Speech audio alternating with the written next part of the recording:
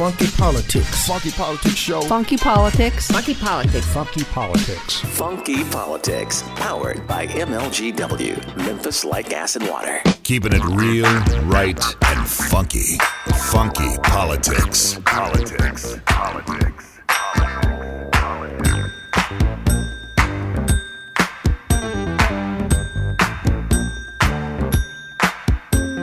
You know I need some money, gotta get the money, cause I need some cash in hand. Come on, gotta get it. You know I need the money, gotta get the money, cause I need some cash in hand. Come on, gotta get it.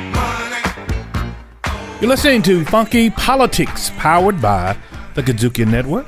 I'm DC, one of the wonderful hosts of this program, sitting along with Doc Ward, Lee Eric Smith here, and also the beautiful Roshan Austin. Doc, what's up with you? Man, you really need to stop doing that, man. I need, putting you on the spot? Make everybody's beautiful. It's not just one person. Well, I mean, everybody's beautiful. But she is beautiful. Okay, but everybody's. We know she is. Well, you're not. But you sound chauvinist when you Oh, just prefer, is that chauvinist? Yeah. Okay, well. Yeah, you know, there is a Me Too movement going on here. Well, there's also a Be Best movement going on, too, but we hadn't claimed that one, have we? Well, be your best you can possibly be. Whatever. I can't stand you on some days. Let's be talk your best. about being our best right now. Okay. Michael Cohen Yeah. has proven That's that he not can being make your best. Well, he's proven he can make a lot of money though. Michael Cohen gives a C law student, makes a C law student look bad. Wow. Okay, but I will say this though. You know the situation with him and Novartis, right? Yeah, that's right. So they pay him $100,000 a month or so to go back to the president and give them some feedback on the administration's policy on health care. $100,000. After about a month or two, they realize this man doesn't know the difference between a stethoscope and a thermometer. So all of a sudden, they get rid of it. But they keep paying him the $100,000 for the entire year. So for $1.2 million, he's giving them absolutely nothing.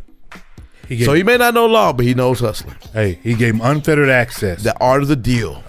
But speaking of the art of the deal, we've got a young lady here visiting with all of us today, Yeah. Miss Nikki Jackson, the Senior Vice President and Regional Executive with the Fed. That's right, folks. The Federal Reserve Bank of St. Louis, the Louisville Branch out of Louisville, Kentucky. And she's going to talk to us about a number of things. That's right. You know, economics, Yep. Bourbonomics, Empowerment of our people. through Bourbonomics. Through Boubonomics, that's right. And you're going to find out what that means if you just hang on with us for a little while. And she's going to tell you how you can get that mean green for the things you like to do right here on Funky Politics. Powered by the KUDZUKIAN Network. Keeping it real, right, and funky. It's Funky Politics on the KUDZUKIAN Network. We're getting funky, y'all. 33% of Americans have a college degree. 43% of Africans in this country have a college degree. These are African immigrants that are coming into this country. They didn't have the opportunity and access, but they came over here in this American dream and created within this framework the opportunity that this country was set up, the ideal it was set on. And now to say that these people, because the disparaging remark goes further than just hole. It's Funky Politics on the KUDZUKIAN Network. KUDZUKIAN. It starts with you. Plus one. You know, giving back through Plus One will make a difference for families in crisis. It starts with you. Plus one. Grandma's message couldn't have been any clearer. If you want to change Memphis, look in the mirror. It starts with you. Plus one. I remember when we got help from Plus One. And now we're helping others. Hey, Memphis, you can make a change. You too can make a difference. Artivism. Artivism features conversations with artists, creatives, and citizens working at the intersection of art and social activism. And I'm Linda Steele, your host. I'm a grant maker, change maker, social venture capitalist, and I invest in individuals and projects that use the arts as a vehicle for social change. Artivism on the KUDZUKIAN Network. KUDZUKIAN. Politics is what we do. We just make it funky.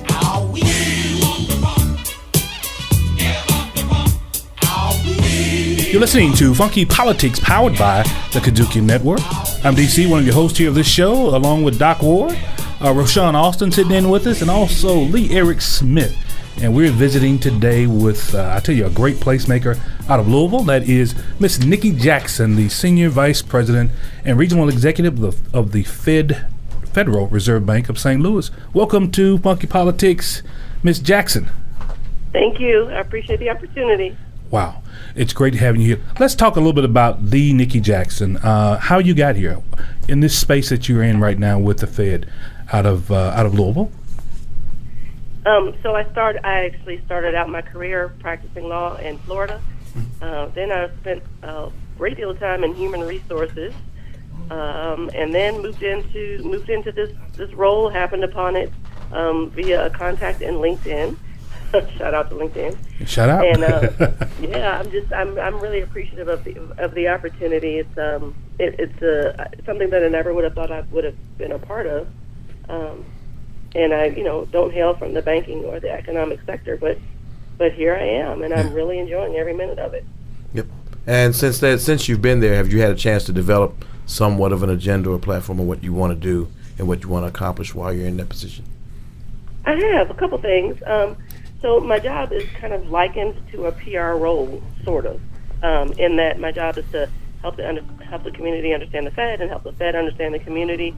So I'm just trying to reach out to a larger community. I have four focus areas. One is higher ed. Another is minority community, Black and brown people. Women is my third, and then finally the folks that are going to be moving into the C-suites in the years to come. So that's the heir apparents. Maybe they're in manager or director level roles now, but not necessarily in the C-suite level, but will be. So those are the four groups that I'm working on targeting. Hey, Nikki, this is Lee Eric Smith. All I can remember when I hear people talk about the Fed, when I would hear it on the news, whether it's Alan Greenspan, Bernanke, whoever, is they're talking about the Fed. The rates are going to be going up. The rates are going to be going down. Other than that, for the most part, the Fed is very, very mysterious.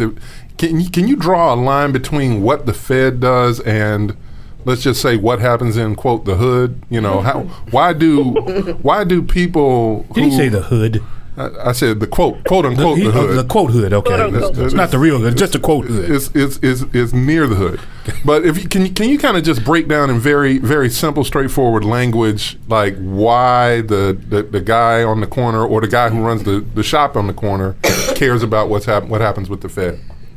Okay, I'm happy to do it. Let me just say what I should have said at the outset real quick, though, that when I'm talking today, I'm speaking on my behalf and not necessarily the Federal Reserve.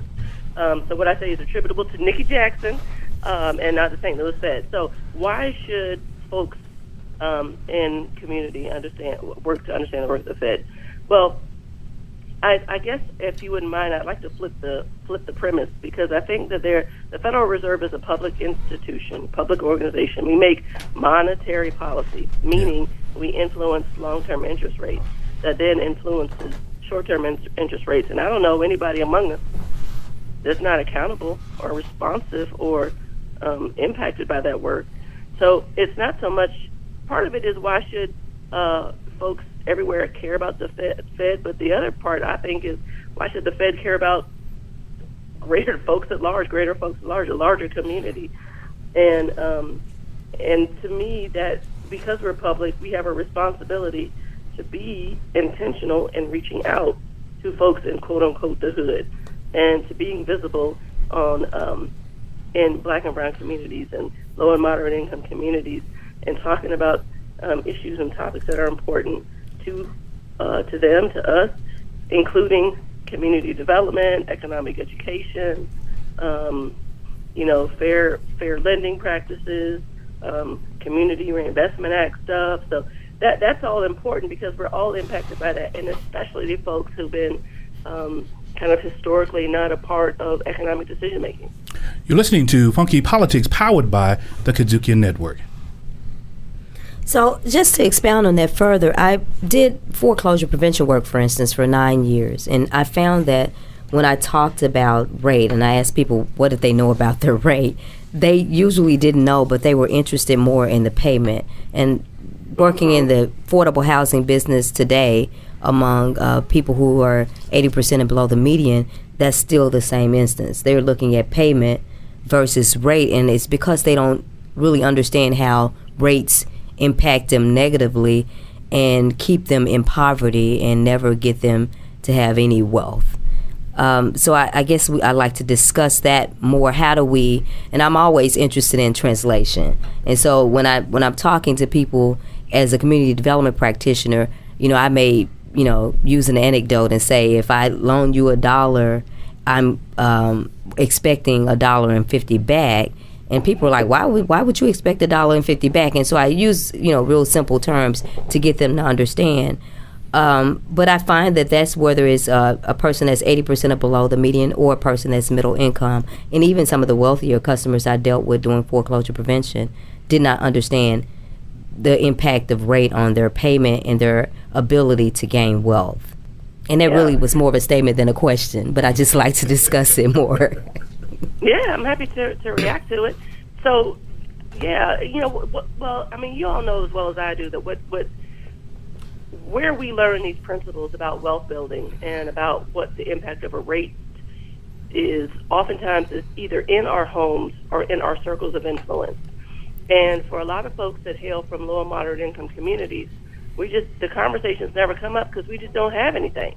I mean, there's no reason to really have a discussion about wealth building because you're just trying to survive. And the interest rate, I mean, yeah, clearly, I mean, you just give me the bottom line. What is the payment? I need to know if I can afford it or if I can't. And so dissecting how money works, it is absolutely about pulling the veil back and trying to illuminate the intricacies of these practices and policies, because we need that. I mean, we need that. Black and brown people, we just haven't had it. And low and moderate, not just black and brown, but of course low and moderate. I mean, you got folks in Appalachia and Kentucky and Mississippi, Tennessee. They haven't had it either. So it's just really a matter of exposure and being intentional and having those conversations where folks are meeting folks where they are. Well, we'll be right back, and we're going to talk about a little bit of funk and finances, talking a little bit about the plight of African Americans and how we make it in the middle class here. Right here on Funky Politics, powered by the KUDZUKIAN Network.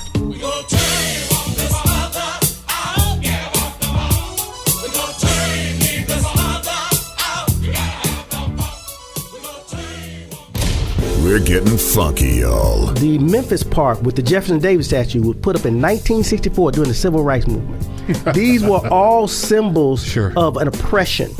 These statues need to be in a historical context. They need to be in a museum, a Civil War memorial site, maybe even be at the ancestral home. All these things are valid places, but a public place of prominence was not where they needed to be. It's Funky Politics on the KUDZUKIAN Network. KUDZUKIAN! Ladies, uncomplicate your life. A Step Ahead Foundation offers free birth control to all women, no matter the need. Rich, poor, young, old, insured, uninsured, it doesn't matter. They'll even help you get to the doctor. Take control of your life. Visit getfreebirthcontrol.org today. The KUDZUKIAN Network. KUDZUKIAN! Funky Politics. Don't believe me, just watch. Come on.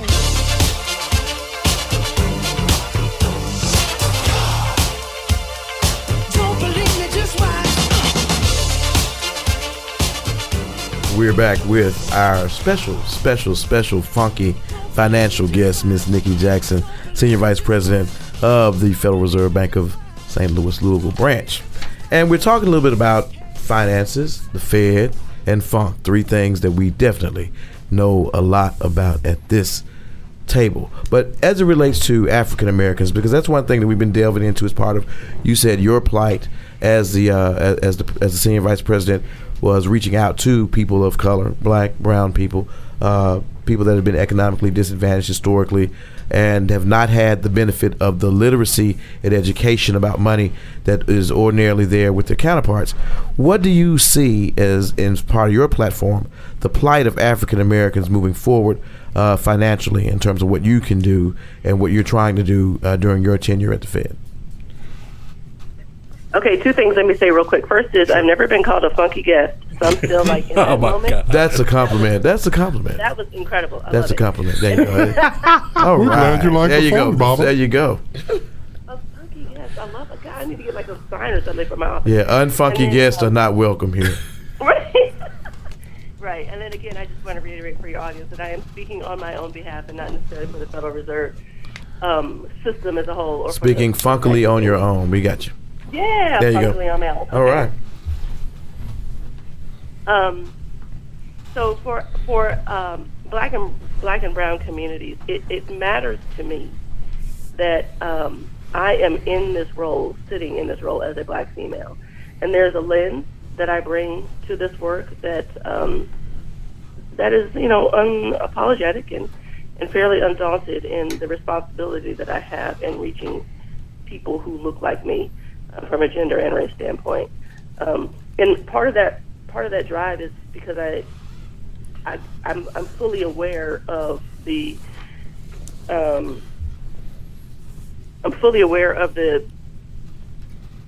absence of these kinds of conversations in our homes and in our communities. So I'm trying to be really intentional in bringing them. So yeah, I mean, it's just there are a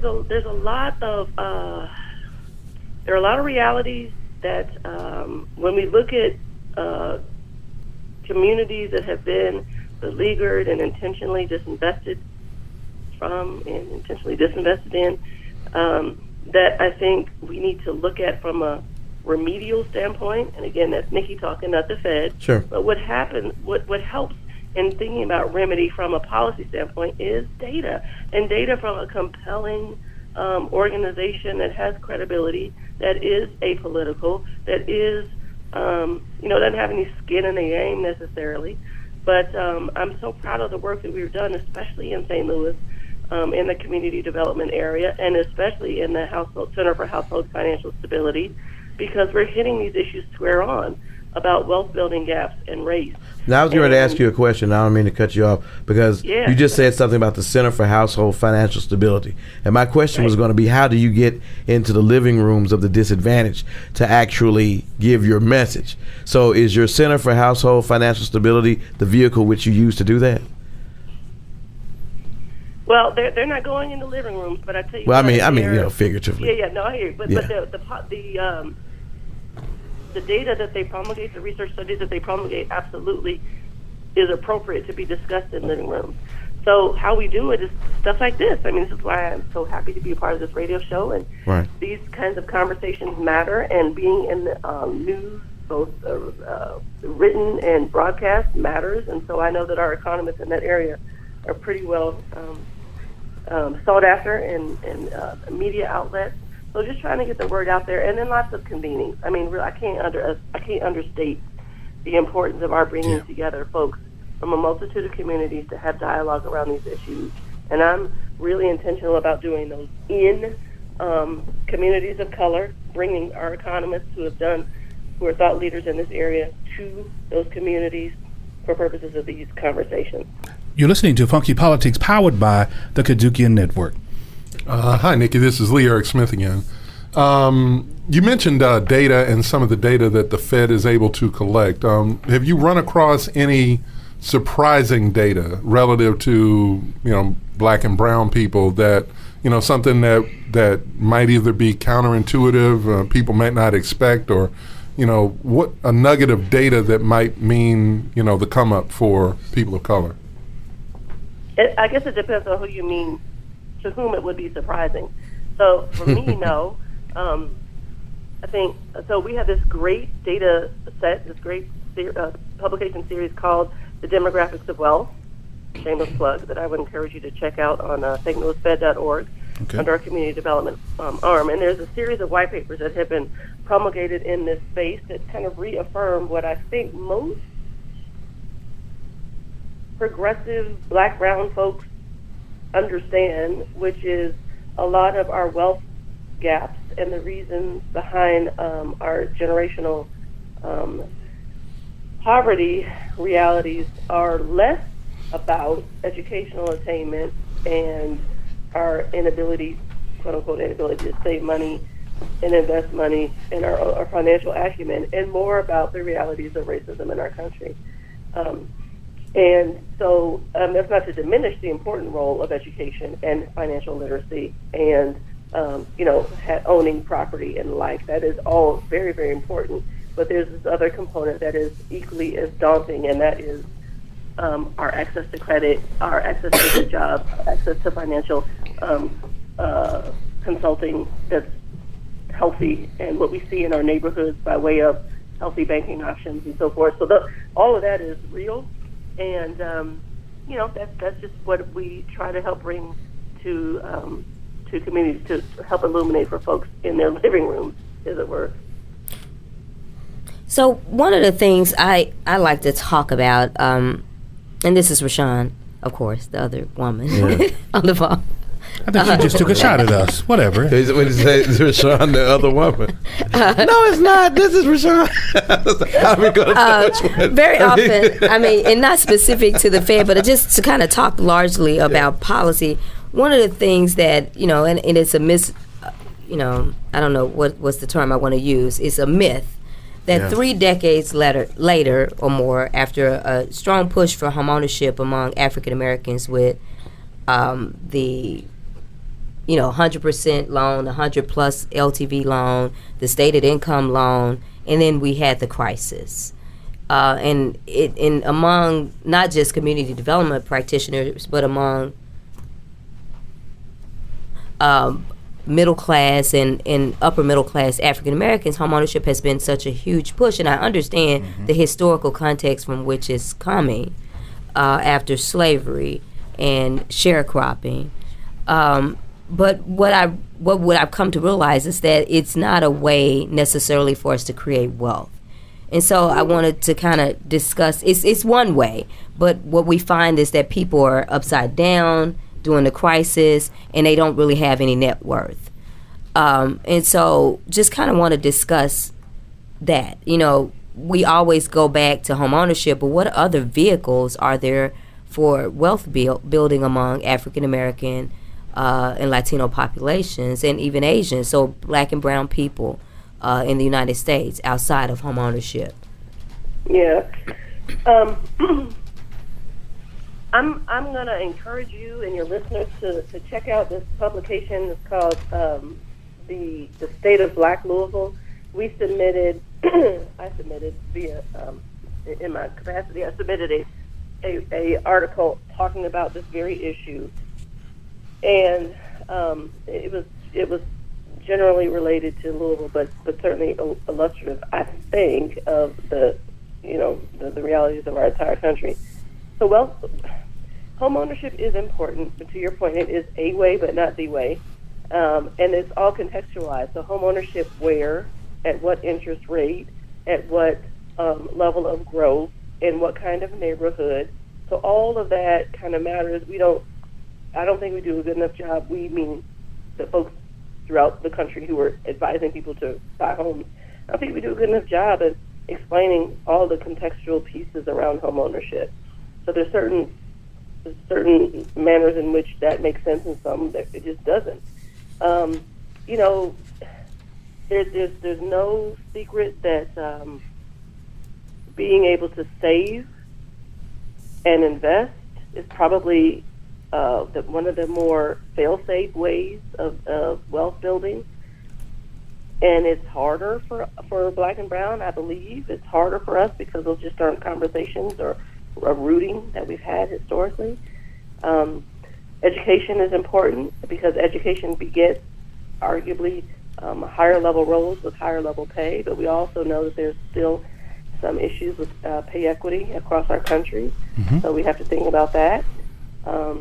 So there's almost always a footnote.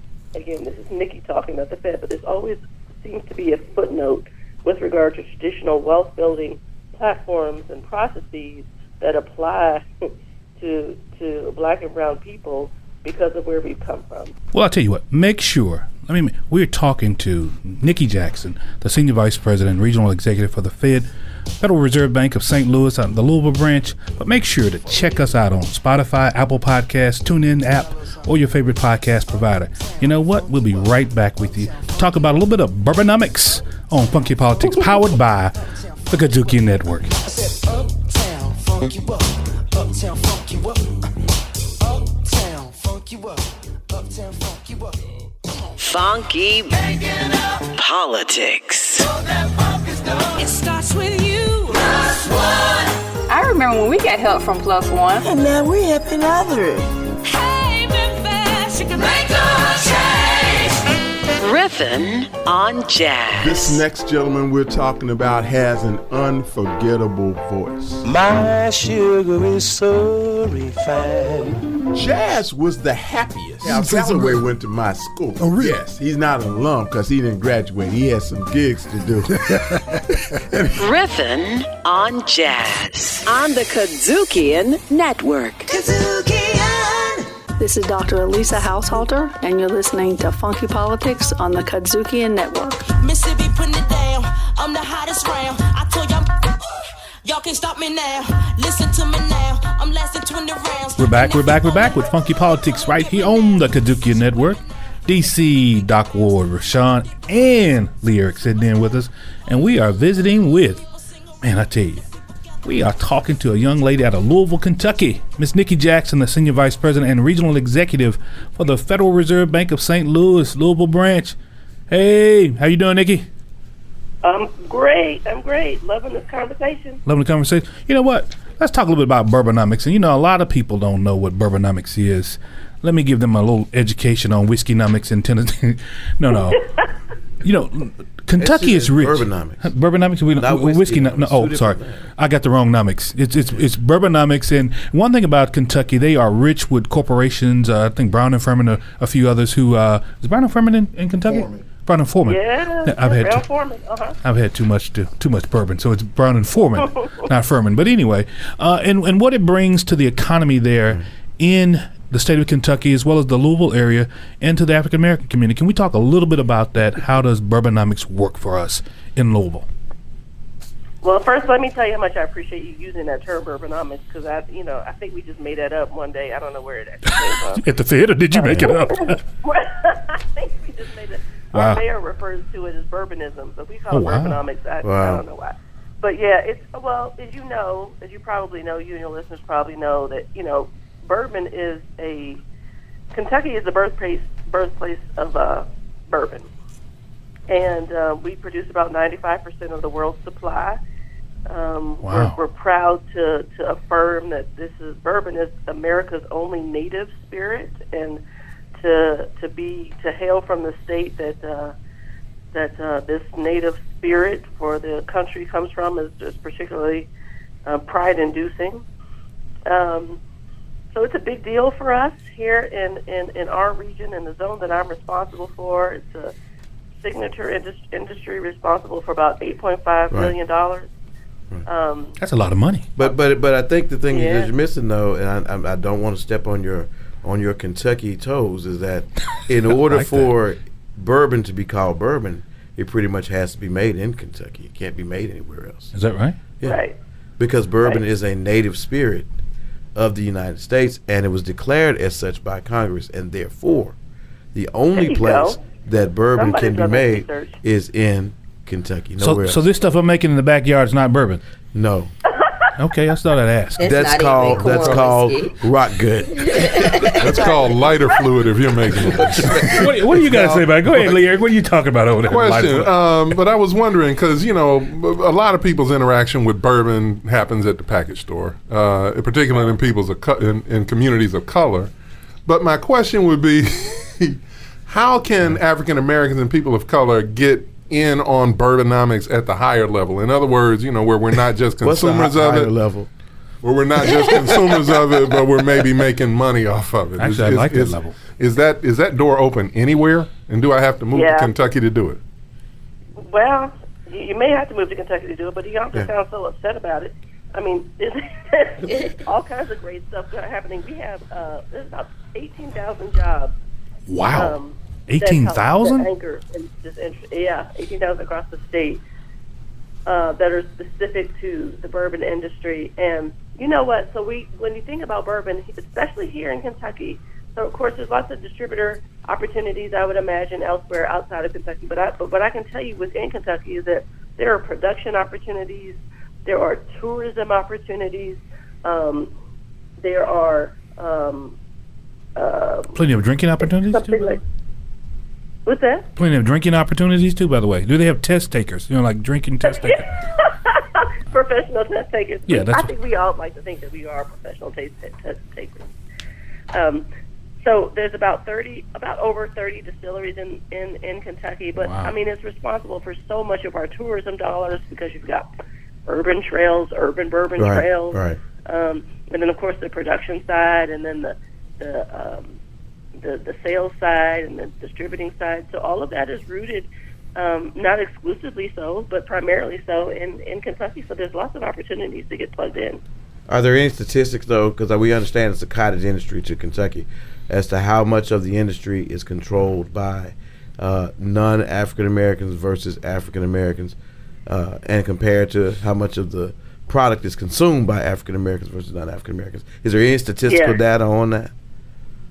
Probably, but I just don't know them. I mean, I off the top of my head, very much anecdotally, what I would presume, based on nothing but Nikki's presumption, is we've got some work to do in assuring greater presence with minorities, African Americans, people of color in this industry, especially as compared to our consumption rate. But there are, I mean, I'm seeing a couple. I can think of maybe 2 or 3 off the top of my head here in Louisville, minority-owned bourbon production companies that are doing really well. Wow. I was going to ask that question, were there any of the companies minority-owned, and do you know the percentage of the 18,000 jobs that are held by people of color? I don't know off the top of my head, but yeah, there are a couple of minority-owned, not many. I'm only thinking of 2. There could be more than that, but just the 2 that I know.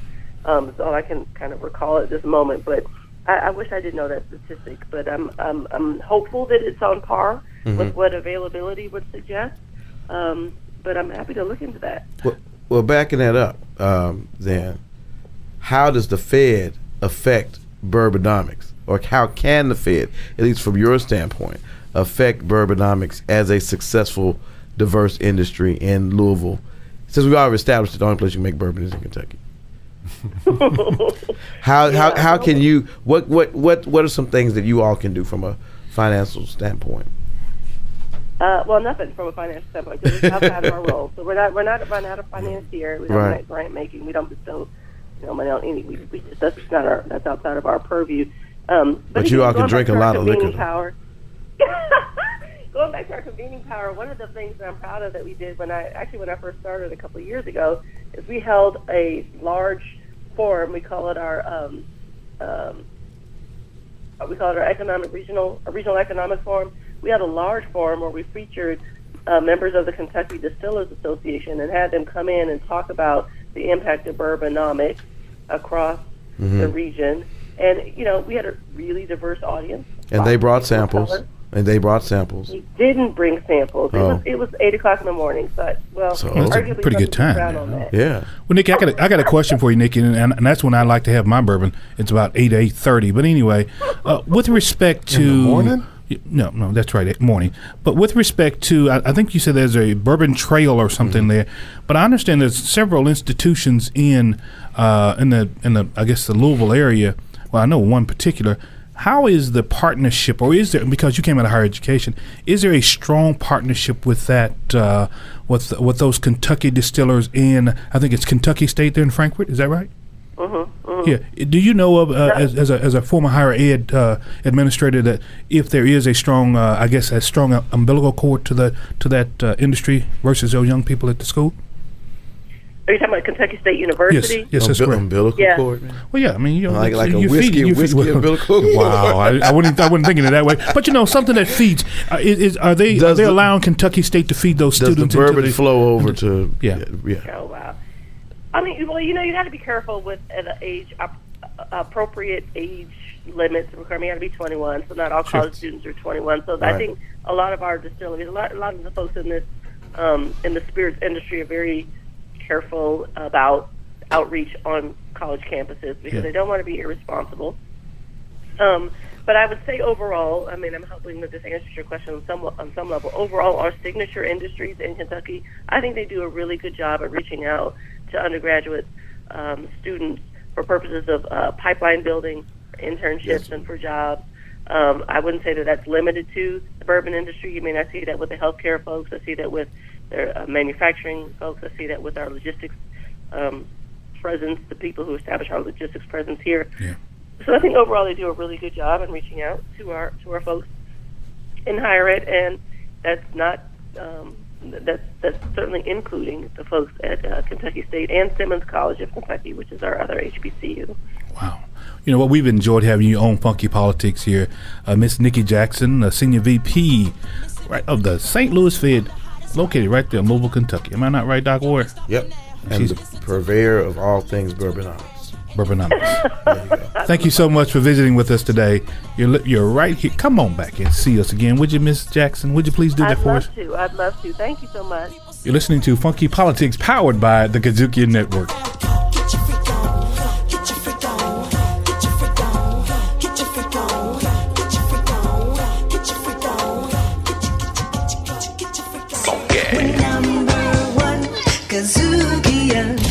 We're getting funky, y'all. And we have to thank Dick Durbin for being strong enough to actually come out of the Oval Office and say, hey, by the way. Because he didn't have to say it, did he? He didn't have to say it, and I appreciate because I tell people all the time, just because you skin folk don't mean you kin folk. Absolutely. Right?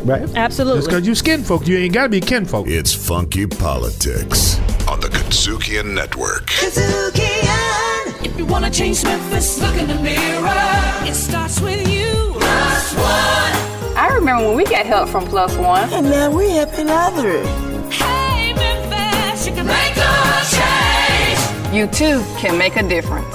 Funky Politics, we are the voice in your ear with the words that we hope lead you to action, accountability, activism, and ultimately achievement. We got a lot to share, but you got to be willing to listen. You've got to be willing to learn, and we've got to be willing to give it to you every week the realest, rightest, funkiest way we know how. So today we talked about money and what we need to do to not just to attain wealth, but to empower our communities. The first step is the basics. And we talked about the basics today. We did. Food, clothing, and shelter. But first thing, food. And how food affects the ability for people to eat and eat healthy affects everything else. So talk about self-determination also. And self-determination. So whether you want to go out and grow a garden or you want to go out and solve an issue relating to food deserts or not, those are just parallels. It's really all about the self-determination to continue through whatever struggle life gives you to elevate yourself and others to a point of achievement. And to be honest with you, that's what we've always been about, and that's what we'll always continue to be about. So, we want to thank our co-host and our co-guest today. That's right. Lee Eric Smith, Rashawn Austin, for bringing us some funky information. And we definitely want to thank our guest. I definitely want to thank our guest from the Federal Reserve, Nikki Jackson. Miss Nikki Jackson, yes, sir, who gave us a lot of information. And so they gave it to us so we can give it to you. That's right. And that's what we will always continue to do. So until next time or next week, whenever that will be, we're going to continue to do our thing, and we implore you to do the same. And you know what that thing is? That's right. To keep it real, keep it right, and always keep it funky. Right here on Funky Politics. On the KUDZUKIAN Network. Funky Politics executive producer Larry Robinson for KUDZUKIAN. Hosted by Daryl D.C. Catron and Marcus M.D. Ward. Guest bookings by Miko. Funky Politics recorded at KUDZUKIAN Studio. Directed, produced, recorded, and distributed by KUDZUKIAN.